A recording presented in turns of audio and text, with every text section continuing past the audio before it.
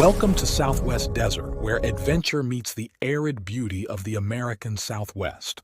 Join us as we explore the rugged landscapes, uncover hidden historical gems, and dive deep into the rich legends and culture of this iconic region. Subscribe now and hit the bell icon so you don't miss out on our latest desert adventures. Please leave a like or comment. This is very helpful. Let's journey together into the heart of the Southwest Desert.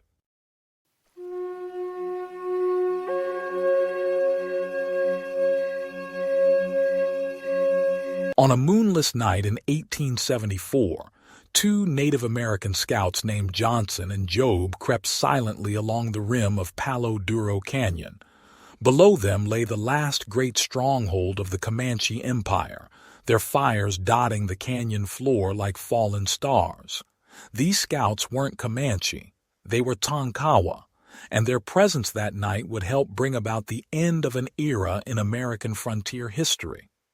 Their story, however, begins long before this fateful night, in a tale that weaves together exceptional military prowess, unwavering loyalty, and ultimately, devastating loss.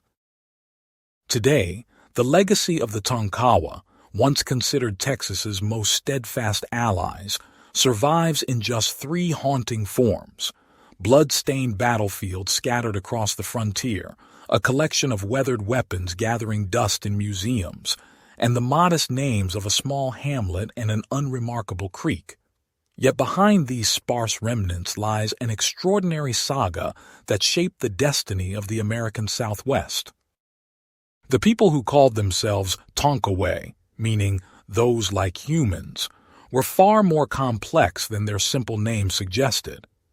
They weren't a single unified tribe, but rather a sophisticated confederation of distinct groups who made their home in the challenging terrain of the Edwards Plateau. Their appearance alone set them apart from other Plains tribes. Elaborate tattoos adorned their bodies, telling stories of battles won and honors earned. They moved through the landscape with their carefully crafted bows and distinctive long lances, weapons that would become legendary in their roles as Texas's most skilled scouts. Their mastery of the land was absolute. The Tonkawa possessed an intimate knowledge of the Edwards Plateau's hidden springs, secret canyon passages, and seasonal game movements. This deep connection to the territory would prove invaluable in their future role as scouts, but it also made their eventual displacement all the more tragic. The Tonkawa approach to warfare transcended mere physical combat. It was a holistic system that merged the spiritual with the tactical. Their pre-battle preparation rituals were elaborate affairs that spoke to their sophisticated understanding of both the physical and supernatural worlds. Warriors would carefully treat their weapons, dipping arrow points and darts in mistletoe juice, a practice they believed imbued their armaments with supernatural potency. Their pre-battle body painting ritual was equally complex and meaningful. Warriors would begin by creating a small pool of saliva in their palms, a simple act that held deep spiritual significance. Into this natural medium, they would mix an array of carefully chosen pigments: red for blood and courage, green for the earth's strength, yellow for the sun's power, and ochre for connection to the soil of their homeland. These colors would be applied in dramatic streaking smears across their skin, transforming warriors into living symbols of their martial philosophy. In combat, the Tonkawa displayed abilities that seemed to defy human limitations. Their stealth capabilities were legendary. Scouts could move through enemy camps while their opponents slept, gathering crucial intelligence without disturbing a single soul. Even more remarkably, they could lead entire cavalry units through hostile territory without detection, a skill that would prove invaluable in countless military campaigns. Their post-combat rituals, while shocking to their white allies, were deeply rooted in their spiritual and martial traditions. The taking of scalps, complete with ears, was just the beginning. In a practice they considered good medicine, They would consume a small piece of skin from each breast of their fallen enemies. This act, they believed, transferred the warrior's strength and courage to them, creating a physical and spiritual connection with their martial achievements. The worth of Tonkawa Scouts to Texas forces was quite literally immeasurable. Army commanders, recognizing their extraordinary value, often paid for the Scouts' provisions from their own pockets, an unusual practice that spoke volumes about their importance. The common wisdom held that a few Tonkawa Scouts were worth more than 2 or 3 companies of regular soldiers, and events would prove this assessment conservative. Their alliance with white settlers was cemented by a shared enemy, the Comanche, and this common cause would shape the destiny of both peoples. The Tonkawas' traditional enmity with the Comanche made them natural allies of the Texas settlers, and they quickly proved themselves invaluable in the ongoing struggle against the Lords of the Plains. The Battle of Plum Creek in August 1840 serves as perhaps the finest example of the Tonkawas' military value. When nearly 1,000 Comanche warriors under the legendary Chief Buffalo Hump launched a massive raid that reached as far as Linville on Lavaca Bay, it was 13 Tonkawa Scouts under Chief Placido who would prove crucial to the Texas response. The scale of the Comanche raid was unprecedented. Buffalo Hump's warriors had swept through settlements like a prairie fire, reaching all the way to the Gulf Coast. Working with Texas forces led by Burleson, Caldwell, and Felix Houston, Placido's scouts accurately predicted the Comanche movement to Plum Creek, using their intimate knowledge of both the terrain and Comanche tactics to anticipate their enemy's retreat route. The battle unfolded exactly as the Tonkawa had foreseen. The Comanche raiders, weighed down by their plunder and stolen horses, found themselves scattered and vulnerable.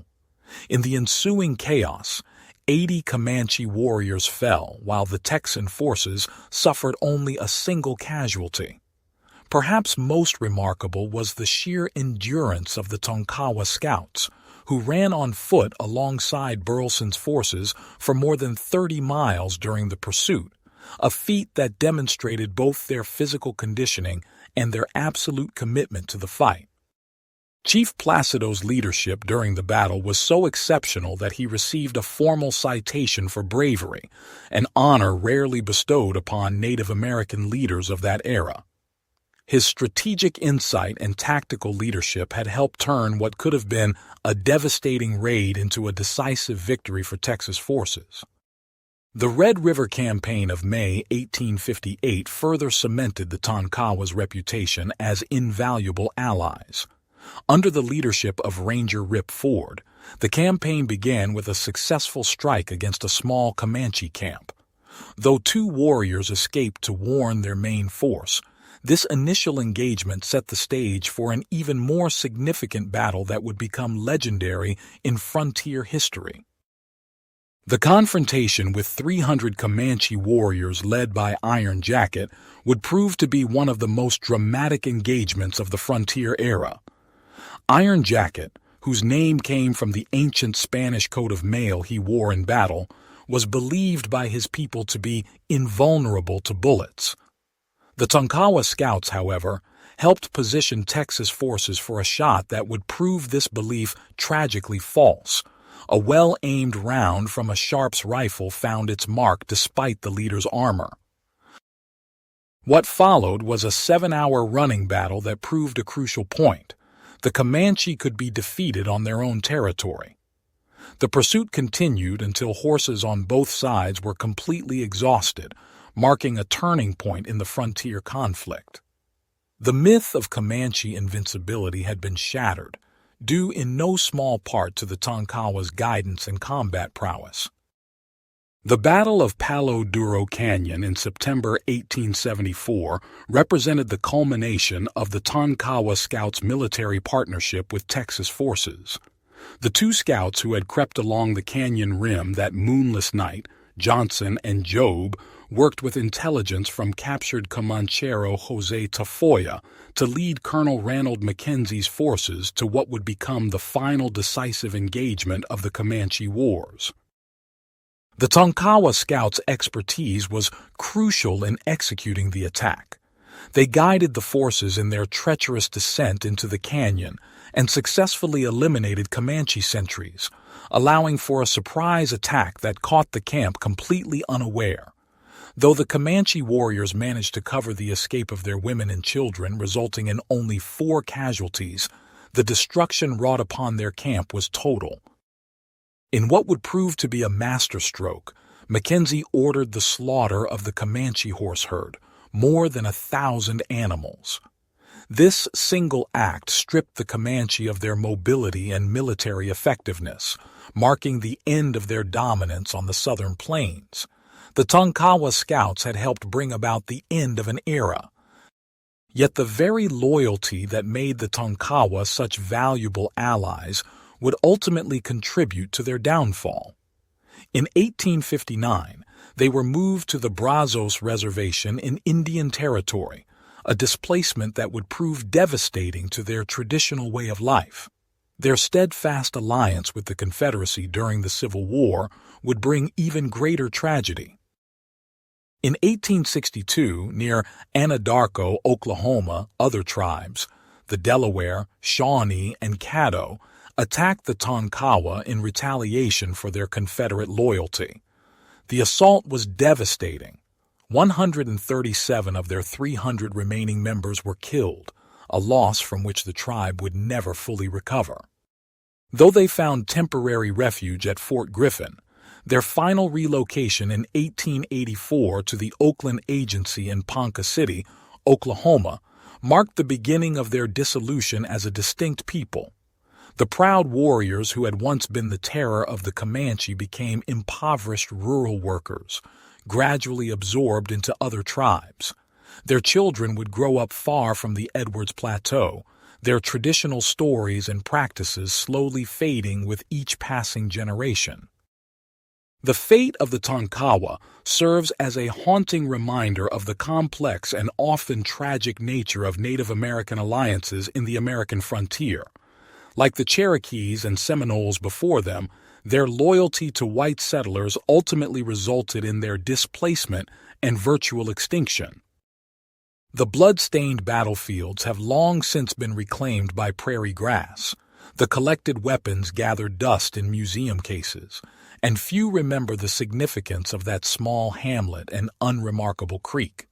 Yet the story of the Tonkawa, their skill, their loyalty, and their sacrifice remains an indelible part of the American frontier experience, a testament to both the complexity of human alliances and the often terrible price of unwavering loyalty. Thank you for joining your desert frontiersman, Alan, for another Southwest adventure. Check out my large Southwest catalog of videos and playlists on historical tales, legends, lost gold stories, and adult bedtime stories. Happy trails.